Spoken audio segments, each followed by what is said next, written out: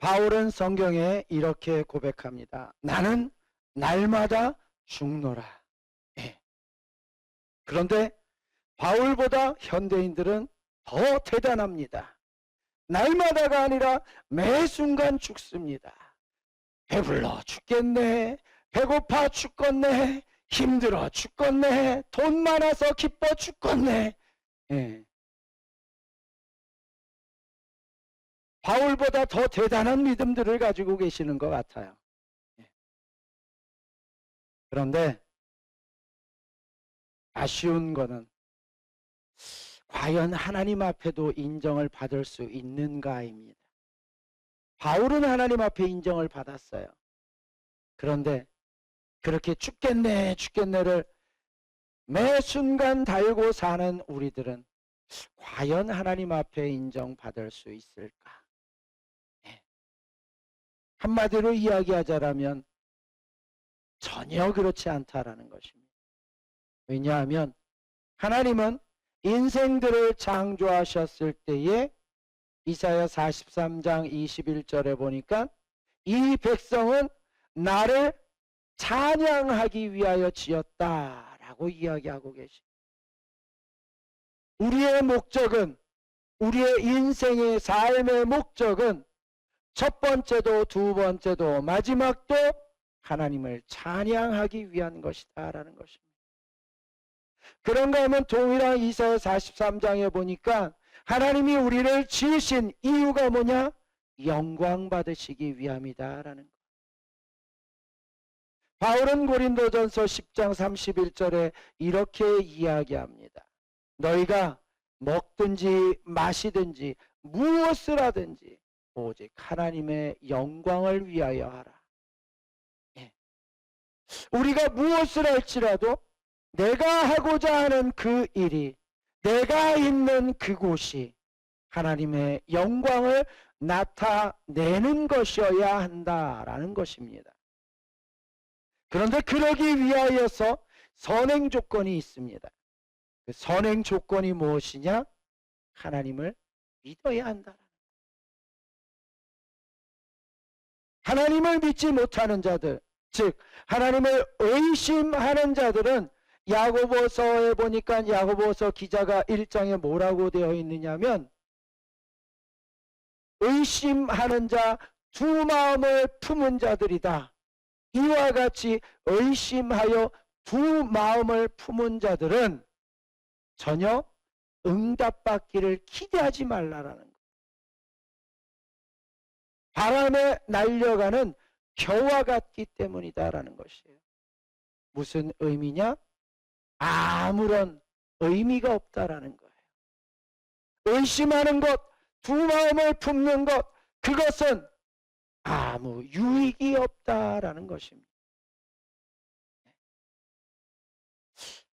오늘 오전에 창세기 26장에 이삭에 대하여서 살펴보았습니다. 이삭은 하나님의 말씀을, 하나님의 약속을 받았어요. 내가 너의 아버지 아브라함 때 한 약속을 너에게도 하니 내가 너와 약속을 하여서 너에게 복을 주고 너의 자손으로 하여금 이 땅을 차지하게 하여 주겠다. 네 자손이 하늘의 뭇별과 같이 많아지게 할 것이다 라고 하나님께서 약속하셨습니다. 그러면서 곁들여서 이삭에게 뭐라고 이야기하셨냐면 네 아버지 아브라함은 내 말을 지켜 순종함으로 복의 자리에 있게 되었다라는 것을 이야기를 하십니다. 그런데 실상은 그렇지 않아요. 왜냐하면 창세기 21장에 보면 아브라함이 기거하는 곳에 흉년이 들어서 가뭄이 들어서 기근으로 말미암아 먹을 것이 없자 애굽으로 도피해 내려갑니다.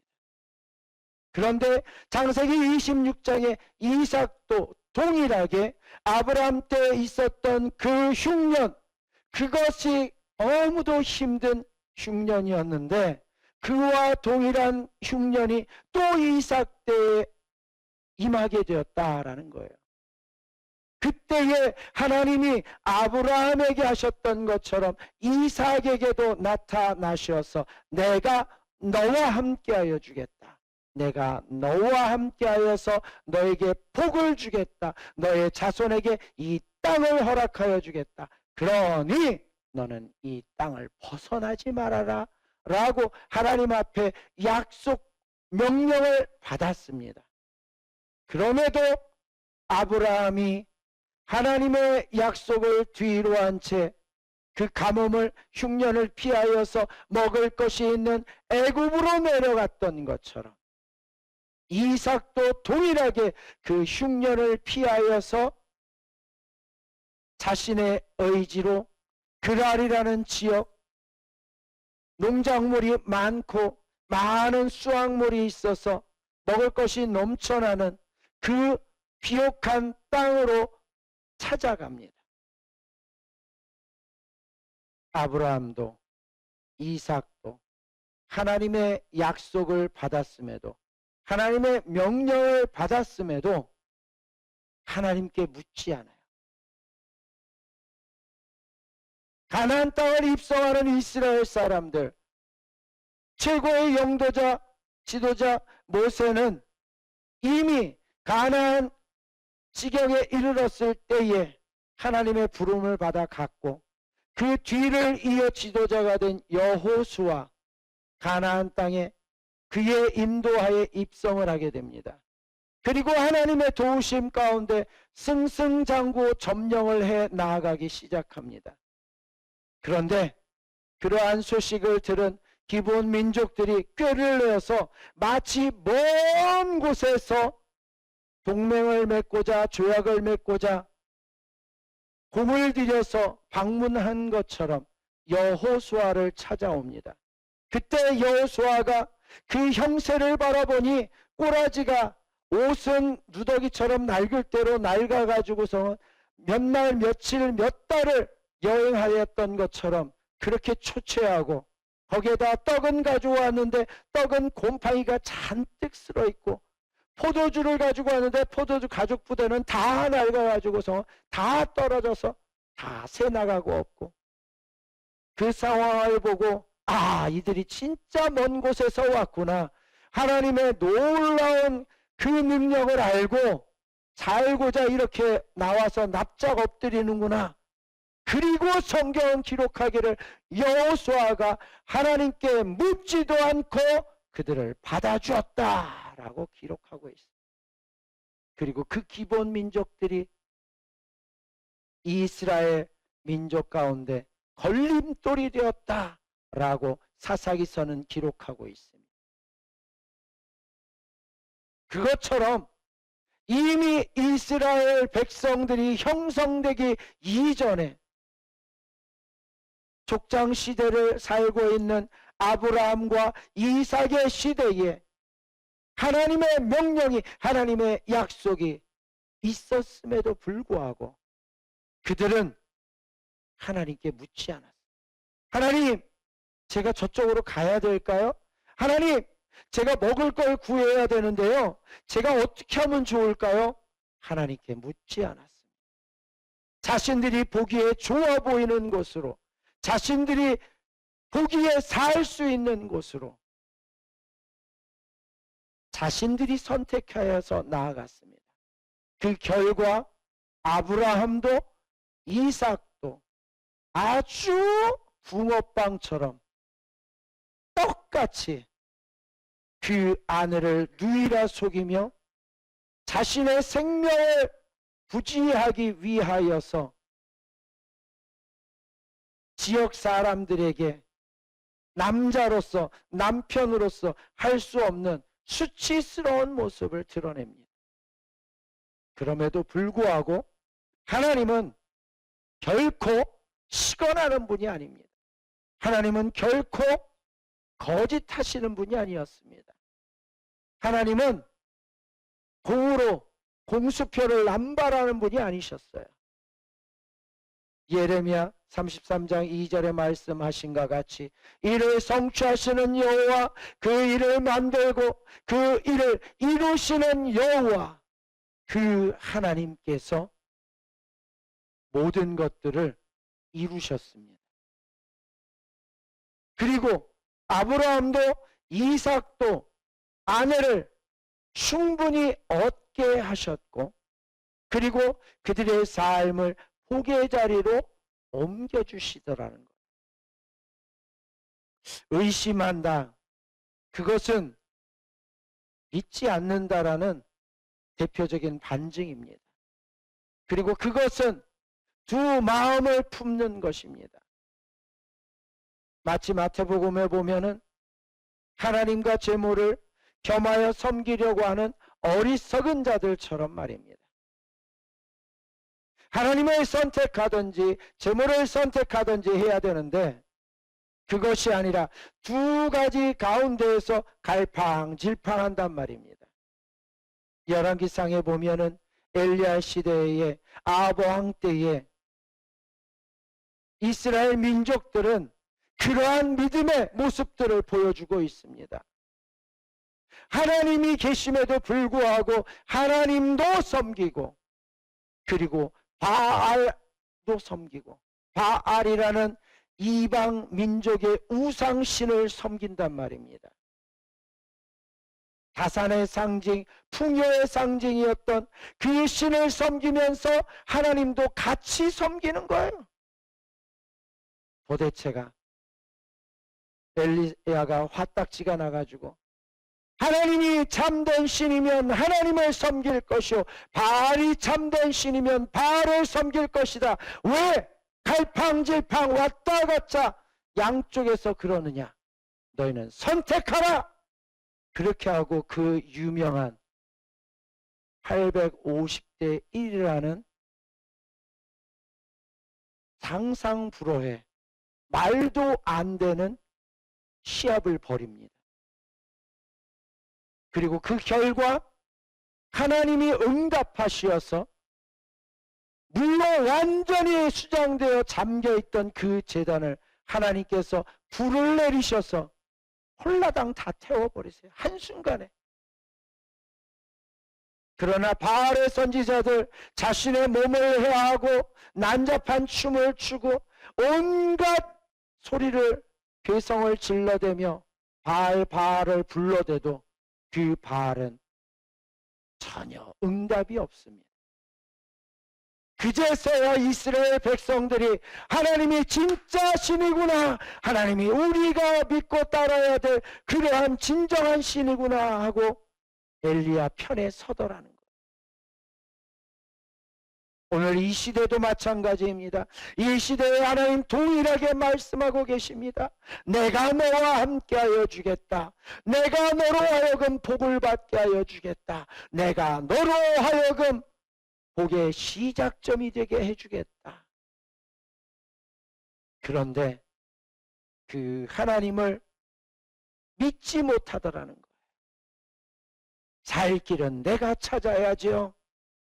내가 해결해야죠. 내 능력으로 만들어야죠. 이것까지 어떻게 하나님께 맡깁니까? 내가 죽을 때 죽지 않고 영원한 생명, 영원한 나라에 들어갈 수 있도록 그것만 하나님이 해결해 주세요. 그러나 오전에 살펴보았던 창세기 26장의 이삭의 이야기를 통하여 우리가 알 수 있었던 것처럼 재물이 중요한 게 아니에요. 권세가 중요한 게 아니에요. 명예가 중요한 게 아니에요. 하나님이 함께 하시느냐, 하나님이 함께 하지 아니하느냐, 그게 더 중요한 문제다라는 거예요. 하나님이 함께 하였던 이삭은 엎치락 뒤치락 했지만 좋은 일과 나쁜 일, 나쁜 일과 좋은 일 반복되었지만 그래도 하나님이 함께 하셨기에 이방 민족들이지만 그들이 이삭의 형통함을 바라보며 과연 하나님이 너와 함께 하심을 내가 진정으로 보았다 라고 인정하게 만드시더라는 거예요. 그리고 그의 삶이 형통하여 많은 것으로 채워지더라는 거예요.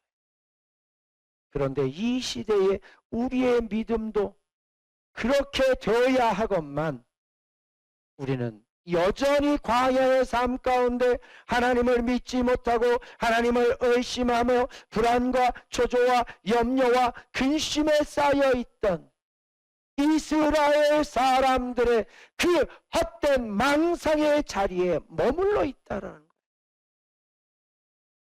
하나님을 찾아야 되는데 하나님이 함께하면 이 모든 것들이 해결됨에도 불구하고 하나님이 아니라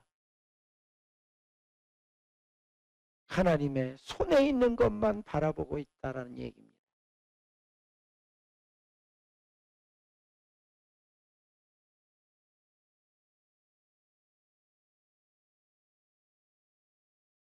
성경은 우리에게 계속 반복해서 이야기합니다. 너희가 나를 찾으라. 그러면 만나줄 것이다. 너희가 내게 부르짖으라.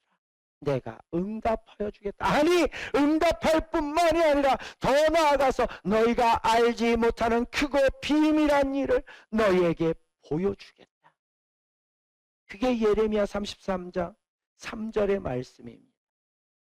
그럼에도 불구하고 그 말씀을 우리는 귀로 듣고 잊어버립니다.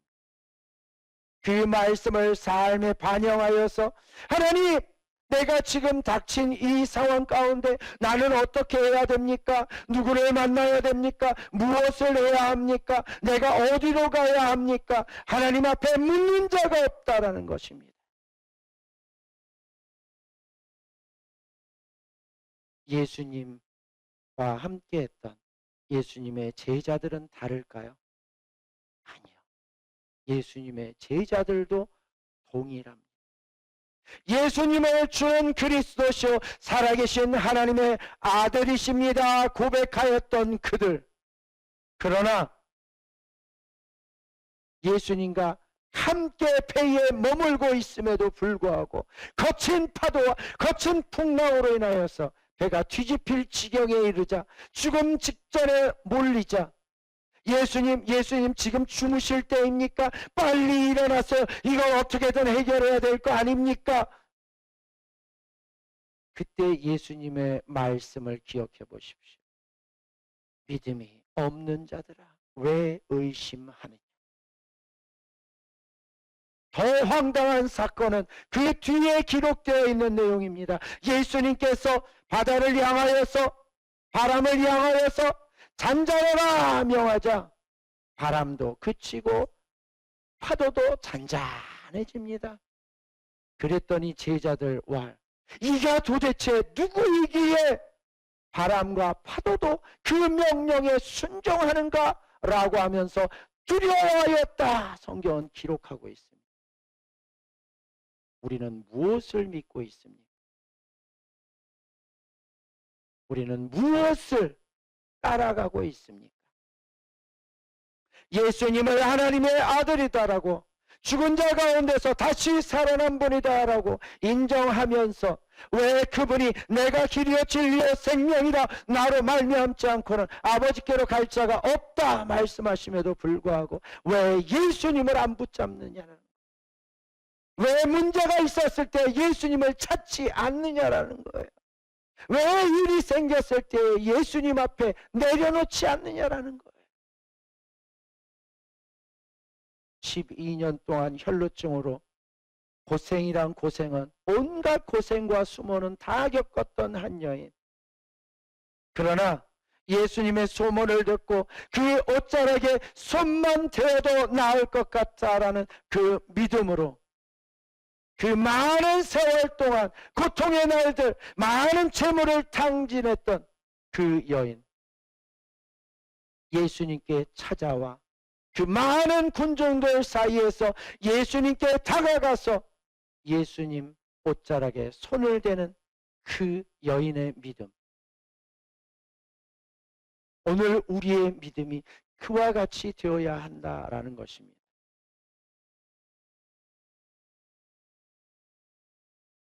시편 42편 11절 우리가 읽은 내용, 내 영혼아 네가 어찌하여 낙심하며 어찌하여 내 속에서 불안해하는가. 너는 하나님께 소망을 두라. 나는 그가 나타나 도우심으로 말미암아 내 하나님을 여전히 찬송하리로다. 무엇이 찬송을 이어가게 하고 있습니까? 하나님을 향한 확신이 찬양으로 이어진다라는 것입니다. 하나님을 향하여 두려움이 있다면, 하나님을 향하여 의심이 있다면, 하나님을 향하여 두 마음을 품고 있다라 그러면 어찌 찬양이 나올 수 있겠으며 어찌 감사가 이어질 수 있겠습니까? 그럼에도 불구하고 이 시편 기자는 하나님께 소망을 두라고 이야기하고 있습니다. 왜냐하면 이 땅의 것은 다 변질되어지고 다 퇴색되어지고 다 낡아 후패하여지기 때문이다 라고 이야기하고 있습니다. 하나님만이 영원하다라는 것입니다. 꽃은 시들고 풀은 마를지라도 오직 하나님의 말씀은 영원하다라고 하시는 말씀처럼 하나님은 어제나 오늘이나 영원토록 존재하시는 분이시기에 그 하나님을 붙잡아야 우리가 확실함을 얻을 수 있다라는 것입니다. 그러기에 이제 우리의 삶 가운데 불안해하지 말라라는 것. 그 불안은 의심의 기초에서 나오는 것이다라는 것. 우리가 염려하고 근심하는 것, 그것은 우리가 함께 해야 할 그 하나님에 대하여 믿지 못하기 때문이다라는 것입니다. 그러므로 하나님을 의심하지 맙시다. 그러므로 하나님을 끝까지 믿고 따라갑시다. 고린도후서 1장에 보면 이러한 말씀이 있습니다.